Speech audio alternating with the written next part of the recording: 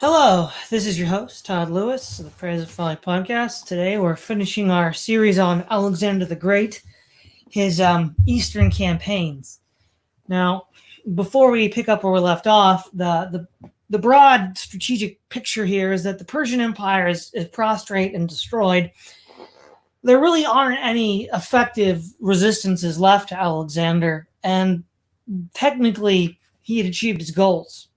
In fact, many of the Greeks and Macedonians thought they should return home.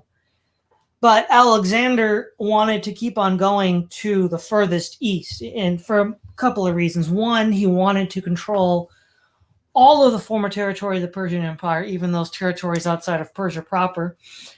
He wanted to outdo the demigod Hercules, the god Dionysus, who, according to legend, had conquered India and had gone furthest east than any Greek, and also to reach the end of the world. And so Alexander has a whole bunch of reasons why he keeps going. And also, you could argue from a more mundane point of view, he wants to have flanks that he can anchor his empire to. So you can anchor your empire in the north in the Himalayas in what is today Afghanistan, and anchor it along the Indus Valley in what is today Pakistan. And so technically, you also have a more mundane motivation for continuing to push west or east because of the Scythian raiders from the north and possible Indian raids from further east by having these anchored flanks. Now, Alexander is then pursuing Bessus, who has murdered Darius the Great, or the Third, and then claimed to be king of Persia. So there's few things Alexander does. He finds the dead king Darius and sends him back east for a proper burial, back west for a proper burial. In Parthia and Hyrcania, he puts in governors who are loyal to him, supportive of him. He continues to pursue Bessus and to pursue Greeks who had been in the employ of Darius. In Hyrcania, he divides up into three columns to spread out and conquer the region, including the native Tepurians. The Greeks eventually are caught up with, and they basically surrender unconditionally to Alexander because there's really no chance for them to do anything. Alexander marches to the capital of Hyrcania, Zadakarta, and he meets up with a Persian satrap, Sadabarzanes, who initially attempts to befriend Alexander. Alexander leaves behind a captain of the companions and Xiphias to help hold the city. But as soon as Alexander marches, he turns out that Sadabarzanes was intending to betray him and join up with the Scythians and later Bessus. So he massacres the garrison and then marches out. Alexander double times it back, and the satrap Sadabarzanes just gets out of Dodge and leaves his army to be destroyed, much like Darius III did in numerous engagements. Alexander's delayed dealing with the alleged conspiracy of Philotas and Parmenion, who he executes both. And as he marches into Bactria to fight Bessus, he pacifies the Draganians and Gadorosians and the Aracatians. And as he continues to march, he sends a troop led by Arigeus to defeat the rebel satrap Sadabarzanes, who was killed in combat by him. Bessus continues to flee into Bactria, crossing the Oxus River, thinking that'll buy him time. But Alexander, using animal skin stuffed with straw and animal feed, floats the majority of his troops across the river, catching up to Bessus far sooner than Bessus had intended. And this is a strategy that Alexander will use in subsequent river crossings in the east, in large part because there's a shortage of timber to build bridges and pontoons. And the two Scythian commanders, Spitamenes and Dephurnes, realize that, well, Alexander won't give up. And so they decide to betray Bessus and offer him over to Alexander. Alexander then mutilates Bessus and then sends him back west, where he's crucified. And at this point, Bessus is taken care of. Now, one thing that we see beginning in this campaign, and we'll see in future campaigns, is the heavy Macedonian phalanx becomes much less important in Alexander's eastern campaigns. He tends to prefer independent flying columns, and he tends to build them around his elite companion cavalry, the Greek cavalry that came with him, and light troops like the Hypaspists, the Cretan archers, the Thracian javelineers, and the Rhodian slingers. And later on, he'll even include Scythian horse archers. And these sort of like fast flying columns that pursue a scorched earth policy and basically just march on an enemy position before they're even aware Alexander had set off is sort of his new MO. And the Macedonian phalanx, rather than being the arm, that engages the enemy in the brawl, like at say Issus or when it crossed the river or at Gaugamela, it's more like a base of operations from which these flying columns flee out from. So this is the first stage of Alexander's Eastern campaign. So what are some of your thoughts on that terminal philosophy?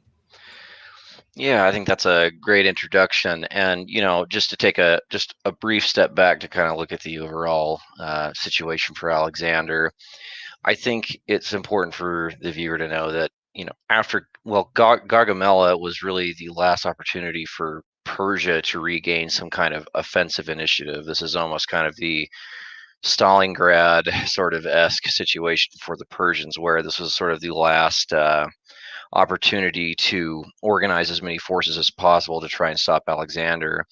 However, there is somewhat of a prevailing theory currently by an historian named Donald Angles, where he theorized that after the Battle of Gaugamela, that most of the Persian Empire had more or less surrendered, and that this gave Alexander an opportunity to arrange for the logistics for his army to push further east. Now, of course, this runs contrary to older theories that he did indeed continue to fight Persian forces as he pushed towards the Persian capital before it was destroyed. But I thought this was an interesting theory just in terms of the Macedonian logistical system. As for his push further east and in this pursuit of Bessus, as you said, Bessus crossed the river. I think I can't remember. It was Oxus. Oxus. Thank you.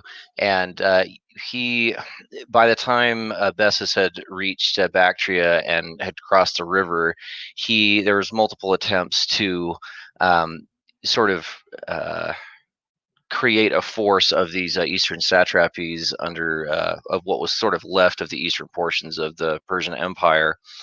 However, I think due to Darius being gone and sort of the atmosphere of the conspirators, as well as the allegiance of the troops for Persia at this point, many of the native forces of this area actually deserted Bessus in mass rather than flee their homeland, because there wasn't much of a motivation for them to keep this going. I mean, I think the writing was on the wall that the Macedonians were in more or less hot pursuit. And again, Alexander had, mastered this fine art of, quickly pursuing enemies. And I think one interesting thing you mentioned earlier was how Alexander was now starting to rely more on lighter and faster units to address different types of enemies. And I guess, here is a good example of where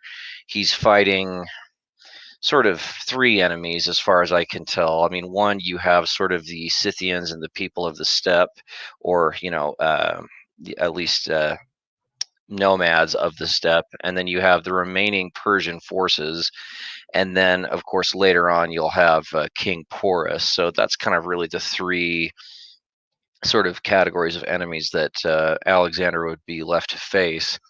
But I thought that was an interesting thing that the phalanx was no longer really the centerpiece, and now he's really relying on companion cavalry and these sort of lighter, faster, and almost smaller forces.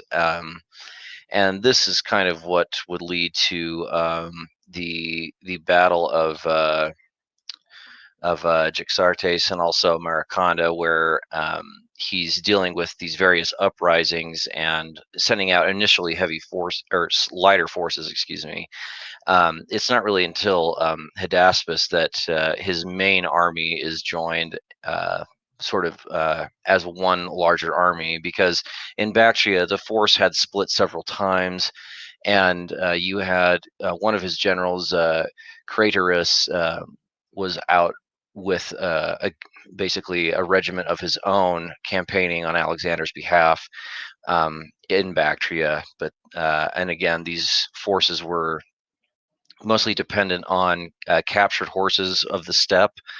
And yeah, I mean, Alexander was one of the few sort of mainland European commanders that could put these nomads at bay, because he had a proper tactical response to this. I think that's probably good for my first initial comment.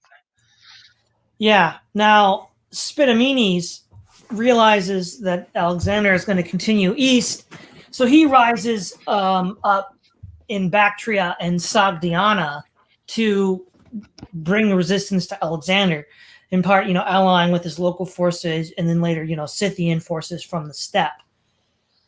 So Alexander's first order of business is to anchor his easternmost flank. So he marches towards the ancient city of Syropolis, founded by Cyrus the Great, in order to anchor his flank against the nomads. So Arrian describes Alexander besieging 5 cities along the way. The city of Syropolis puts up a ferocious defense, but Alexander finds a dried riverbed that fed the river into the city, that he could march his troops into and then take the gate. And when the garrison realized Alexander was inside, they launched a ferocious assault. Someone threw a large stone that hit him on the head, and Craterus was shot by an arrow, but the Macedonians repelled them and massacred the city. And around this time, a relief force was mustering along the Jaxartes River, but with the fall of Syropolis, they were no longer going to relieve the city. So Alexander marches to the Jaxartes River and builds a fortified city, Alexandria the Furthest, as a sort of base of operations to anchor his flank against the Scythians and drive them back. But as he's about to cross the Jaxartes, Alexander hears word that Spitamenes has besieged the capital of Sogdiana Americanda. And so he sends a detachment of approximately 2,300 troops under Caranus, about 1,500 foot and 160 horse, to attack Spitamenes. Alexander then attempts to cross the Jaxartes. Now, he decides to cross along as wide a breadth as possible, which would prevent the Scythians from focusing on individual groups crossing with their missile fire. And he crosses the Jaxartes in much the same way he crossed the Oxus, with these inflatable animal skins. But in order to combat the enemy horses, Alexander sets up his siege weapons to deliver fire across the river. And he actually scores a lucky hit and kills one of the Scythian commanders outright, which throws him into confusion. And he sends his light troops across first, which is interesting. It's not his companion cavalry as in the case of the Graniacus River, or the phalanx as in the case of Issus. It's his light troops, his javeliniers from Thrace, his Cretan archers, in order to match the missiles of the Scythians. And basically what Alexander does is he sort of baits them with a small detachment of light cavalry, which they kind of know that they're going to be surrounded and attacked, but that's the bait to then draw them in. And so what Alexander does then is, as the Scythians are engaging in their wheeling tactics of Parthian shot, he then sends his light infantry up to engage them. And further down the river, he flanks them with another body of cavalry. And then in a hammer and anvil strategy, smashes the Scythians that took the bait. And so he's still using this hammer and anvil strategy, but we see that now it's the light infantry forces, not the phalanx, that are the anvil of this formation, because they're faster, they have missile capabilities, which enables them to skirmish with the Scythians, and the Scythians withdraw. They realize that they lose another commander in the battle. It's not worth the fight. They get out of Dodge. At Mariconda, it turns out that this is one of the few Macedonian defeats. Spitamenes utterly annihilates the formation. Basically, on the open plains, They are encircled by the Scythian horse archers, and they're pelted with arrows. The cavalry try to strike out, and the Scythians withdraw. The pikemen form squares, and it's not looking good. So then they try to cross a river in order to get to a sort of a wooded area where they could find some safety. The river Polytimetus. But it turns out that they were disorganized and didn't really coordinate very well. So the cavalry crossed and then the infantry crossed immediately after. So it would appear that the barrage of arrows and harassment was disrupting morale and making them jittery. And of course, in this sort of like bungled river crossing in order to get to safety, the Scythians pounce and annihilate them. Alexander hears about this. In a rage, he marches back to Mariconda, pursuing a scorched earth policy, destroying anybody in his wake, and Spinamenes flees to the desert. Alexander then continues his campaign. Spinamenes comes out of the desert with Scythian allies again, and this time is defeated at the Battle of Gabai by Alexander's general Conius. And again, we don't exactly know where Gabai is. A lot of these ancient sources are light on details. Even the basic account of the battle is very light. But what we do know is that Spinamenes, when he fled to his Masagati allies, they're like, yeah, we're going to kill you, and we're going to give you to Alexander to buy him off. Alexander keeps going. He finally gets to the Sogdian Rock, controlled by the king Oxyartes. His troops are at the top of a very steep cliff face, and they taught Alexander's troops, saying, you need winged soldiers to come and get us.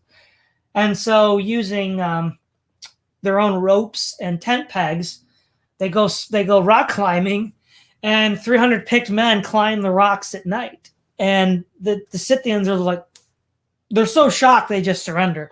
They can't believe Alexander made it. And Oxyartes offers him his daughter Roxana in marriage.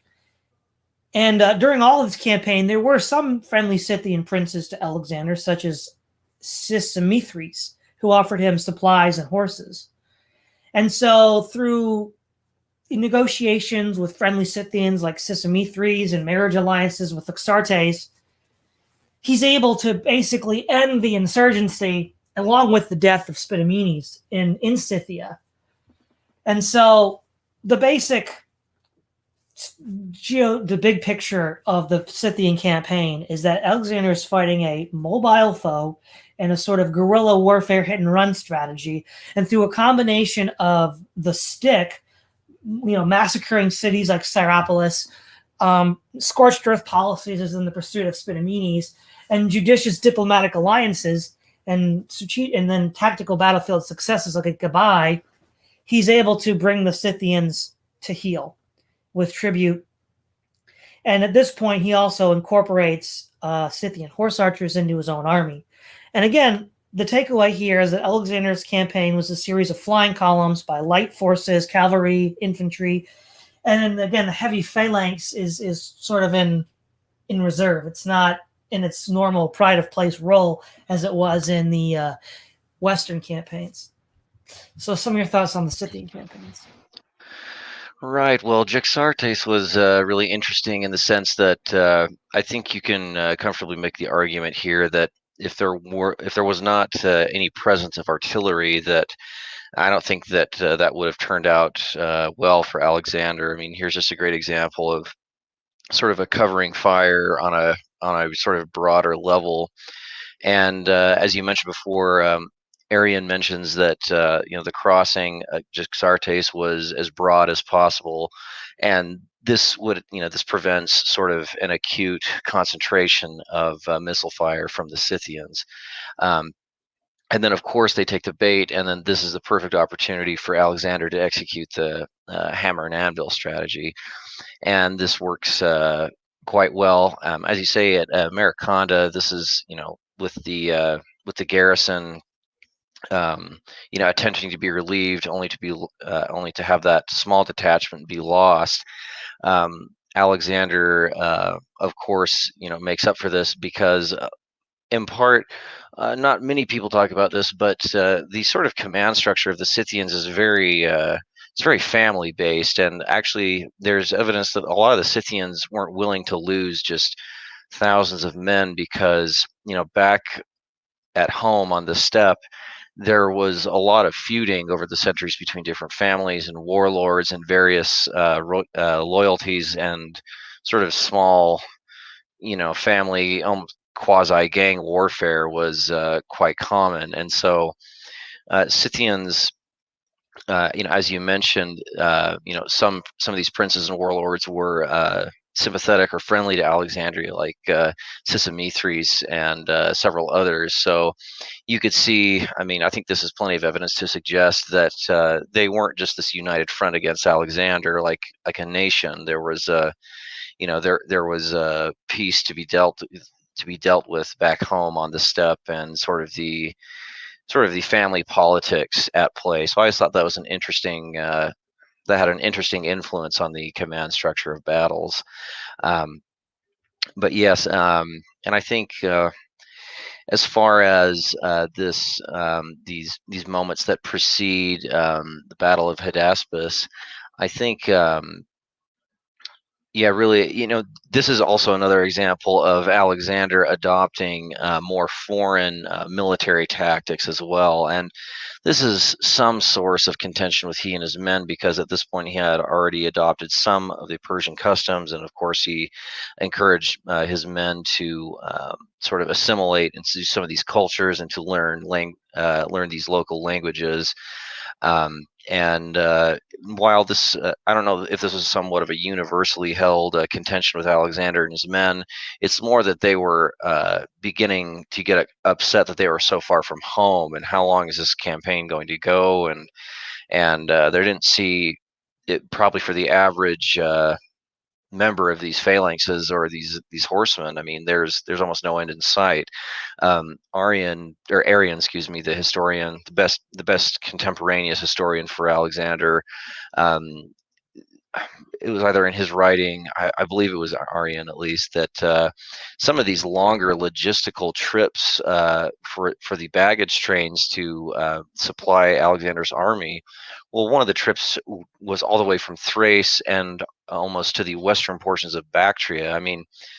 Just take a moment to absorb that, how long of a trip that would be for at this time in antiquity. That's just like, it's like flabbergasting for that time. So there starts to be some contention in the ranks.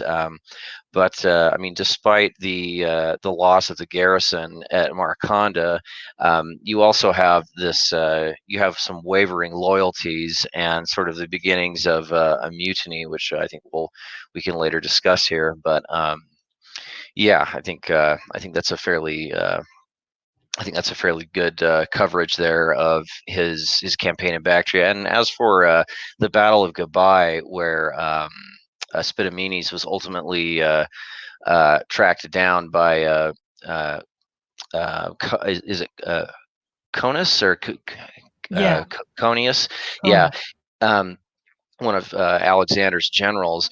There, in my reading for this, there's no real clear indication of where that was, but somewhere between the Aral Sea and Cryopolis, just somewhere in that general region, north of Bactria, west of Cryopolis, possibly.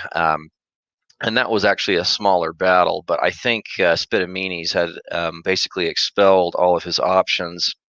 And even he had suffered basically a lot of soldiers leaving, or a lot of horsemen leaving his ranks, because, again, from the reading that I gathered and kind of the overall the strategic situation for him is that many of the Scythian horsemen know that after a bad defeat, that can create the context and atmosphere for further family feuding out there in the steppe. So, rather than suffer bad defeats and create more conflicts, many Scythians just simply fled, and you can't necessarily blame them for doing so. Yeah, exactly. So having controlled Bactrian, Alexander marches into one of the furthest eastern satrapies of the Persian Empire, what is today Punjab, but was then the satrapy of Gandhara and demanded submission to him as the new great king. Only King Omphis of Taxila submitted. The hill tribes of Asaposioi, Asakanoi, and Kabojas resisted, and in a series of lightning coup de main raids against fortified positions, he decimated the hill tribes, bringing them to submission. But as he got to the river Hydaspes, the real challenge came with King Porus. Arguably, King Porus was the most powerful king in that region of India, and he mustered anywhere. Plutarch says around 20,000 men. Arrian said around 30,000. Regardless, it was not a vast force. It wasn't on the scale of the Persian forces. It was respectable, but Alexander might have actually slightly outnumbered him in this engagement. And of course, Porus refused to surrender. So when Alexander gets to the river Hydaspes, Porus is meeting him on the other side, and he knows that a direct river crossing would be too dangerous. Porus's army could defeat his troops in detail before they could even cross. So one of the things that he does is he leaves his main army behind with the phalanx and the heavy forces to demonstrate across the river to distract Porus. He then sends, again, this flying column, this lighter force. He does bring some phalangites as well, but they come a bit slower behind. But to get the bridgehead, it's his light troops and his cavalry that gain the bridgehead. The next day, Porus's son, also named Porus, leads a scouting party of cavalry and chariots, sees Alexander, decides to attack as he sees him crossing the river, taking advantage of this opportunity. He's killed in the fighting and withdraws. But enough, the force withdraws, and then they warn Porus that, hey, Alexander's actually already crossing the river. Now, this gives time for Alexander to bring across his light troops, his cavalry, and a portion of his phalanx. And this is where we have a more classic phalanx battle appearing again. So if we look at the engagement, the Indian forces in the center, the elephants are up front with the infantry behind them. On the right is Porus, and on the left is other cavalry forces. Alexander is on the right, Paeonis is on the left, and his own phalanx is in the center. He doesn't want to attack the Indian center because he realizes that, oh yeah, they got elephants there. We're gonna flank him first. And so Alexander opens up with a skirmishing battle with his Scythian horse archers and pressures the Indian left. Many of the Indian horses flee sort of to the elephants as a rallying point, and others continue the fight. Porus then uses this opportunity to send his elephants and his infantry forces to charge at the Macedonian center. And this really is one of the bloodiest battles that Alexander has to face, and one of the hardest fought, if not the hardest fought battle. Because for the first time, the phalanx is in real danger of being destroyed. The elephants are just tearing them to pieces. Arrian says that they demolished these formations. But through a combination of using missile weapons to target the elephants' eyes, the mohots, the drivers on top of the war towers, and swords and axes to hamstring the elephants, they eventually fought them off. But it was a hard-fought battle. Porus sees on his right that his left is crumbling in the face of Alexander, so he takes his chariots and cavalry to face off against Alexander. Seeing this, Conius charges in, surrounds the Persians, and Craterus finally crosses the river with the remaining phalangites. Completely encircled, Porus's army is decimated. Famously, when Porus surrenders, Alexander asks him, how would you wish to be treated? And Porus said, like a king. Out of respect for Porus's courage in battle and his forthrightness in defeat, Alexander offers him the ability to be a tributary and an ally. And in fact, in defeat, by surrendering and submitting to Alexander, Porus gains more of a kingdom than he did fighting Alexander. But what is important here is that this is arguably the hardest fought battle in Alexander's career. His center does come close to breaking. And when Plutarch describes the mutiny against Alexander by his troops as they are approaching the river Hyphasis, he says that, yeah, they were like, yeah, this wasn't even a very big army. This is puny compared to the Persian armies we used to fight. And it was this hard of a battle. And the elephants really left an enduring legacy on the mind of these troops. So they're already tired. They already want to go back home. And now they're fighting probably the toughest foe they fought yet, tougher than the Persians, tougher than the Scythians, with their ferocious war elephants. And further east, there were Indian kingdoms that could muster hundreds, if not thousands, of war elephants, and they were just like, yeah, you know what, bag this, and they mutiny. But I think what's interesting here is that the Battle of the Hydaspes, we see a return to a more conventional Macedonian battle, with the heavy infantry formations being central to Alexander's victory.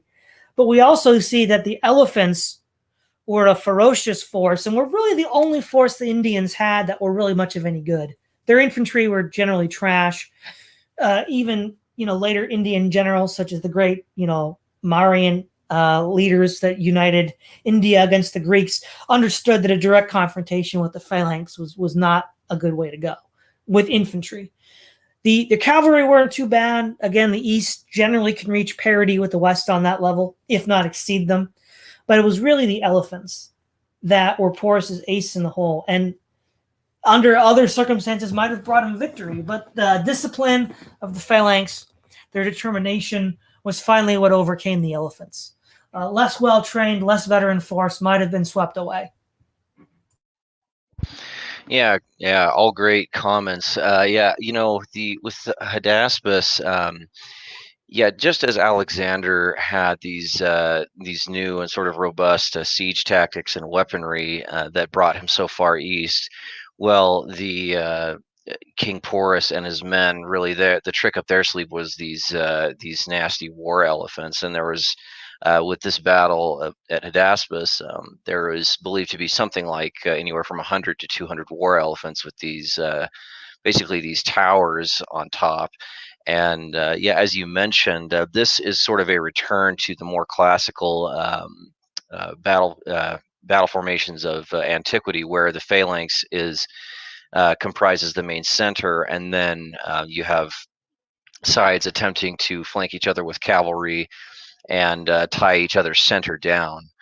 Now, of course, Conus, after the crossing was successful by the Greeks, Conus had sent a detachment of cavalry around to the Indian left flank, and then this more or less helped crush the Indian cavalry, which again weren't bad, but as you had mentioned, the war elephants were sort of a rallying point for Indian cavalry to go out and attempt to inflict damage on infantrymen or other Greek Macedonian cavalry, and then sort of return to the safety of their elephants. So, and then of course, it goes without saying that this is certainly the most difficult battle that Alexander's forces had ever fought in their campaign. Again, the Persians never had, I think, elephants at quite this number or this organized, and so, and it's said that it's believed that the elephants had some armor, either on their sides or on their or on their legs, and they were just basically flinging Macedonian troops. But again, with targeting the eyes and sort of the soft tissue, and just basically maintaining a really strict discipline despite the nasty and bloody nature of the battle. They were basically able to wear down the elephants by being caught up in sort of a disciplined center, despite the losses. And then Conus on the left flank was able to basically crush the Indian cavalry. And of course, as you mentioned at the end of the battle, Alexander was so impressed by just how the events had unfolded, that King Porus and his sons were believed to be, these basically more or less these lieutenant officers underneath his father, that, basically they struck a deal where Porus had not only retained his kingdom, but even land further to the south of Hydaspes.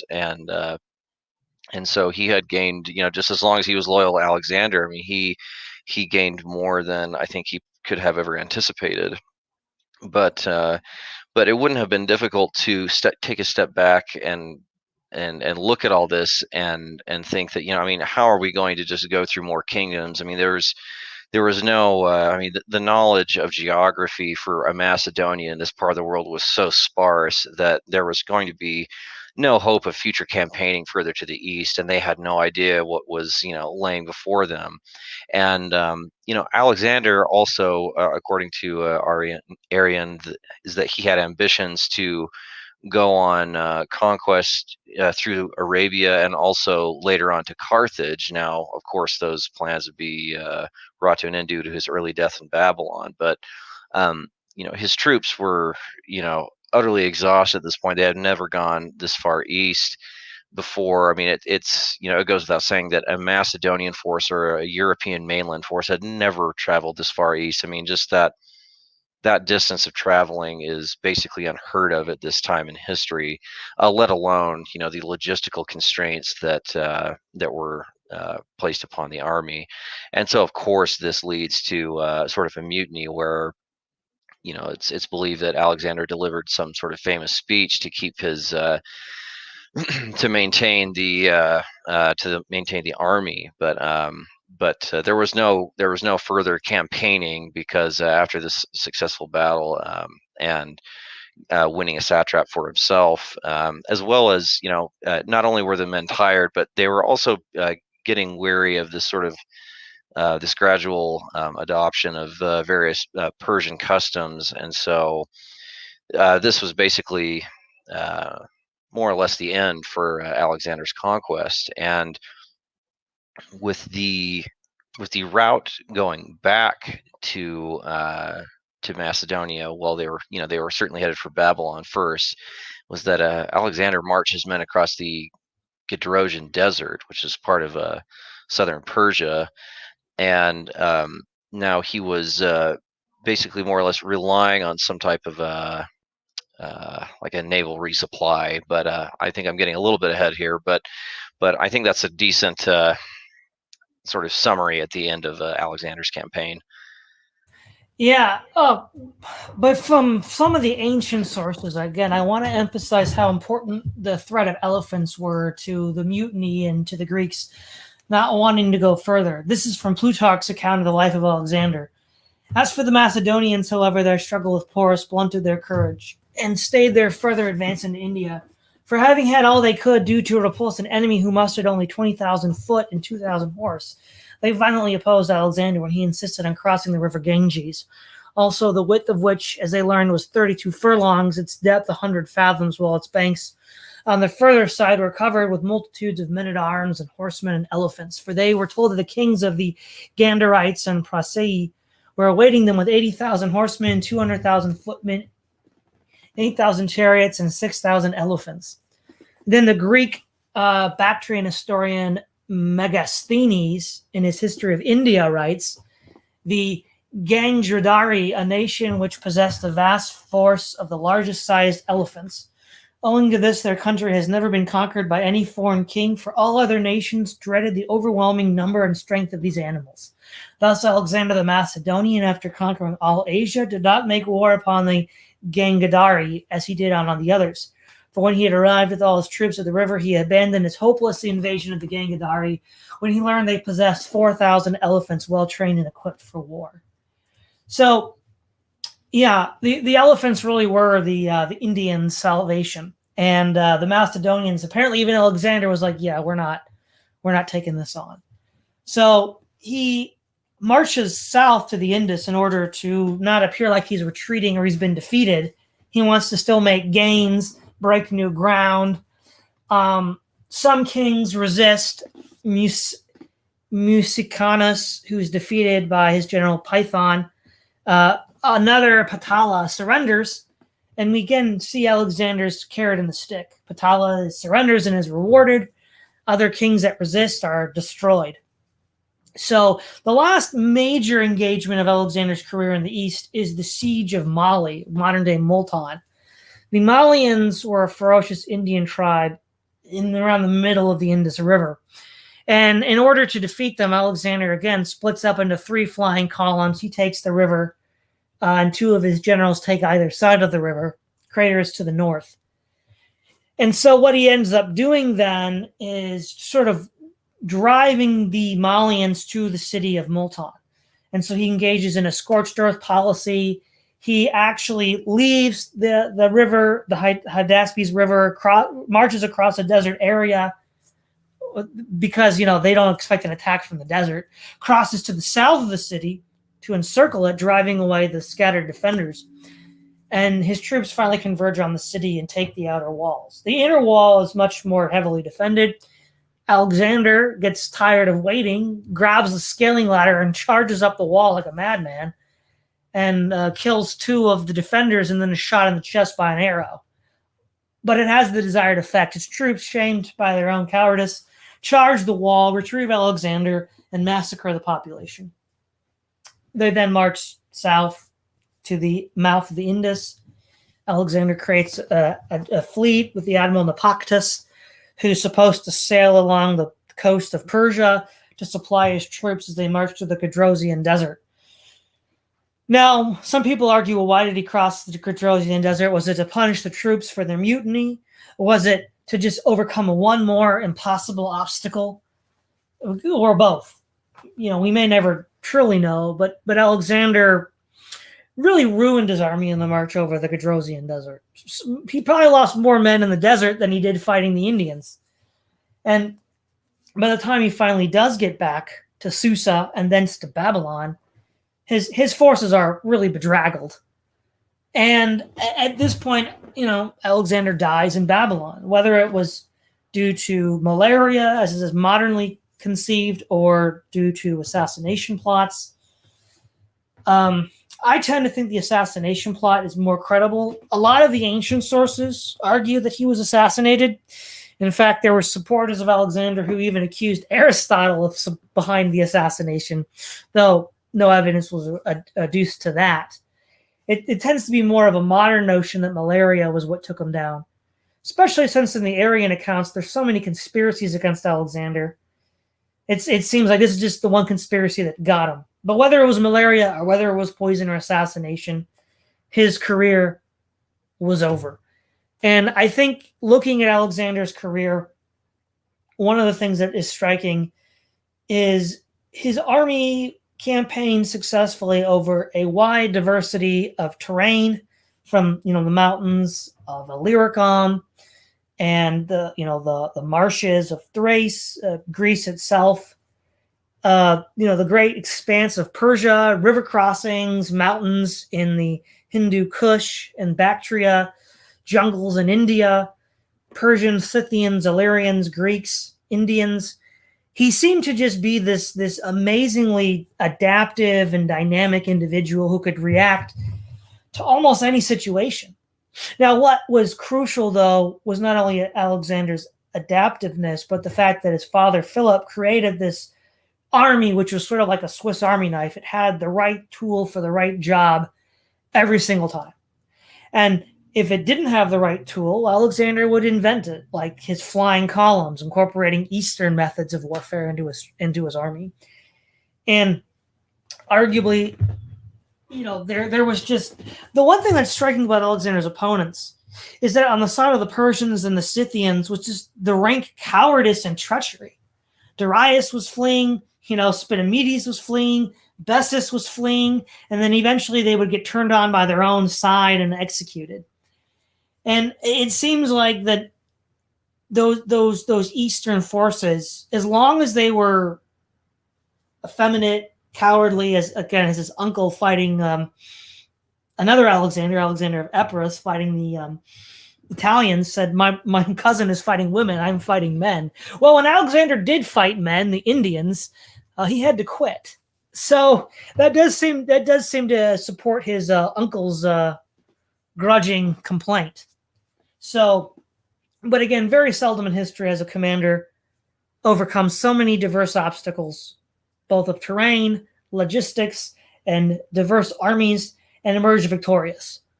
The only real defeat the Macedonians suffered was at Maraconda, where Alexander's flying column was annihilated, of which he was not at the head.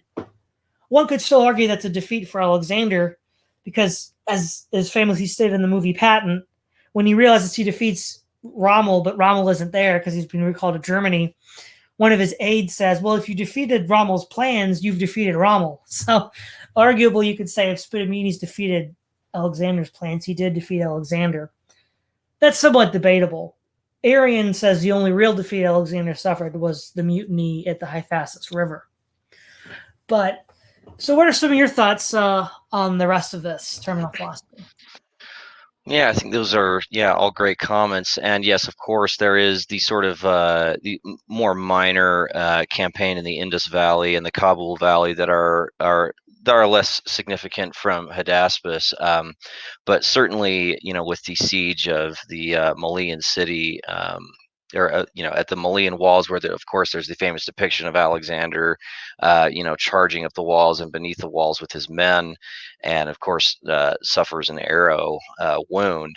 But yes, I mean, overall, your executive summary is spot on. I mean, again, it's sort of at that time it's sort of unimaginable to, for one thing, inherit this sort of, for the most part, a united Greece and campaign all the way down these Phoenician cities, and then across the Mesopotamian rivers, and then even as far as east as these northern jungles of India. I mean, it's just the diversity and the sort of the wide breadth of topography that he would have had to have conquered, and all the various languages and customs and different sort of strategic traditions of these different forces is pretty mind-blowing. And of course, what goes along with this is that he had to maintain a really dynamic logistical system.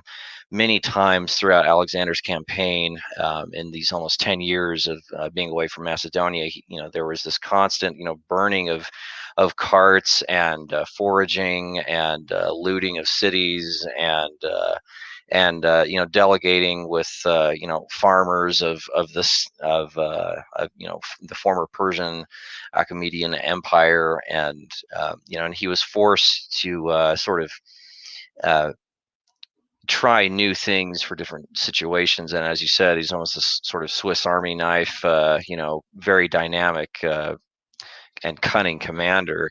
I think it goes without saying too that I mean, after being named the Pharaoh of Egypt and the son of Jupiter, and and the Oracle of Delphi, giving him all these positive blessings. I mean, this all certainly went to his head, and so he probably had an enormous ego. And I tend to also go with the assassination hypothesis because, regardless of the Malarian theory, I mean, take a moment to just sort of reflect on how many previous Macedonian kings had suffered assassinations from other,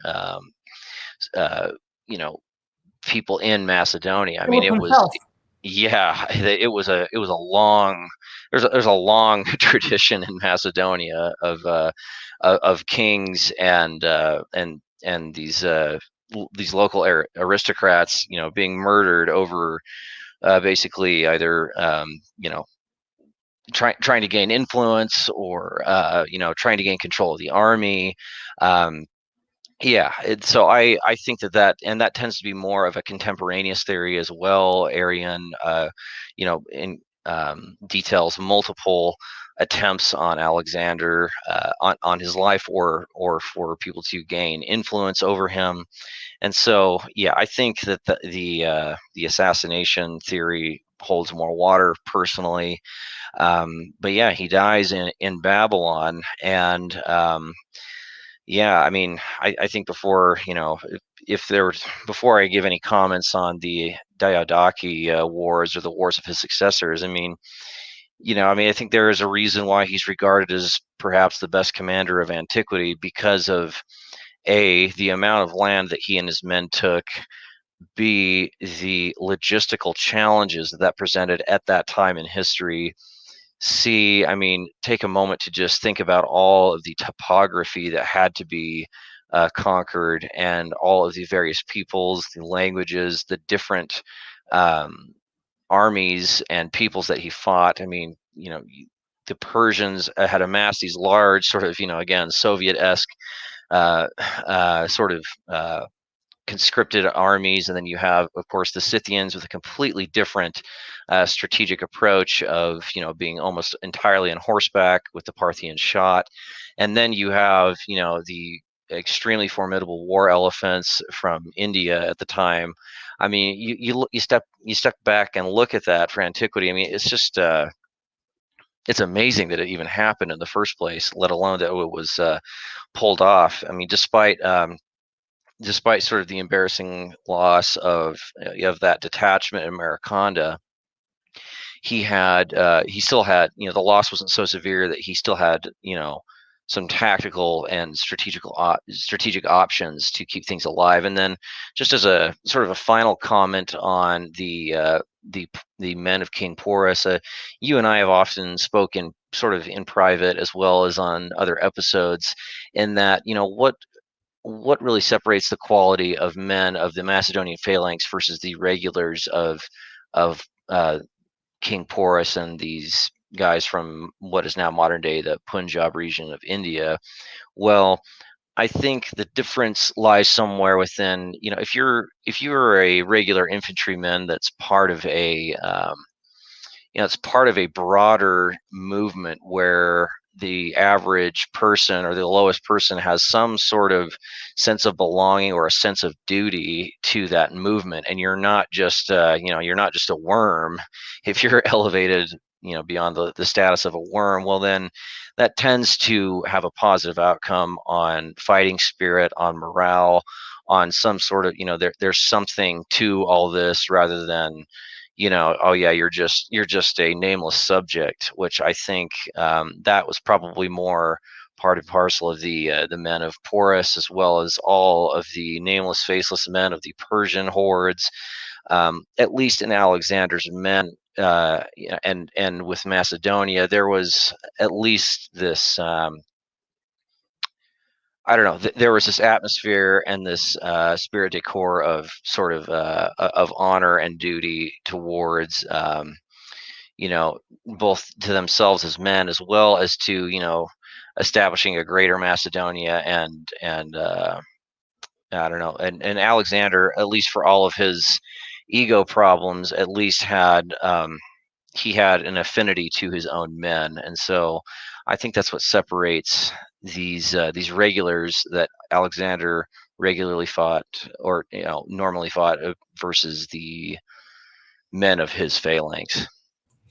Yeah, I think to wrap up, I'll give an assessment of Alexander. I think Alexander's success was in large part due to his bold decisiveness. Alexander always attacked swiftly and aggressively without giving the enemy much of a chance to even get its bearings before Alexander was on top of him. So using speed and bold coup de main assaults were his signature, as well as being flexible and able to adopt new techniques. But what I think sort of mars his generalship is the fact that he's borderline reckless, and on numerous occasions could have died. He could have died at Granicus. He nearly died at Issus due to some flu or disease he got, which we don't really know what it was, but he recovered. He nearly died at Carapolis, and he nearly died at Mallia. So he does seem to have been rather lucky in that regard. And one could argue about the prudence of attacking at Gaugamela on a territory already prepared for Darius's army, right? Sun Tzu says you don't want to attack an enemy on ground that he has chosen. Alexander, of course, won, but the question is, was that really a prudent decision to fight on ground that Darius had already prepared? It seems that Alexander was beginning to sort of lose sight of what strategy and tactics were. He did win due to other strengths of his own troops, of the doughty Parmenion, whom he later unceremoniously killed. I mean, without Parmenion, he wouldn't have won any of his battles, whether it was Granicus, Issus, or Gaugamela. But I think ultimately Alexander is one of the great commanders of antiquity. Hannibal considered him to be the greatest commander of antiquity when he, according to Livy, met Scipio Africanus near the end of his life somewhere in Asia Minor. So it is not without reason that Alexander is considered one of, if not the greatest commander of antiquity. So last words, terminal philosophy. Yeah, I think that's a great summary, and yeah, I think there's a lot of credibility to the statement that while he was extremely cunning and a dynamic commander, that again, he inherited this great tradition of combined arms from his father, and he was lucky to have so many great engineers from Thessaly to continue this tradition to make Philip's siege weaponry and siegecraft even better.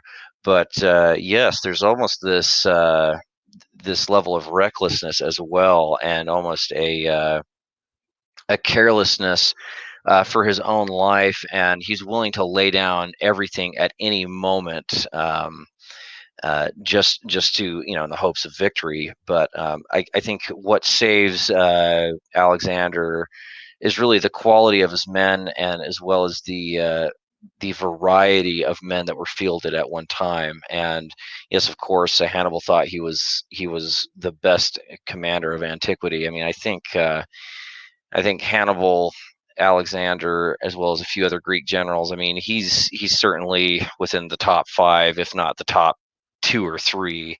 Again, just with the sheer land that was conquered, and all of the challenges that came with that, logistically, linguistically, and tactically, and strategically. I mean, he certainly cemented his name in history.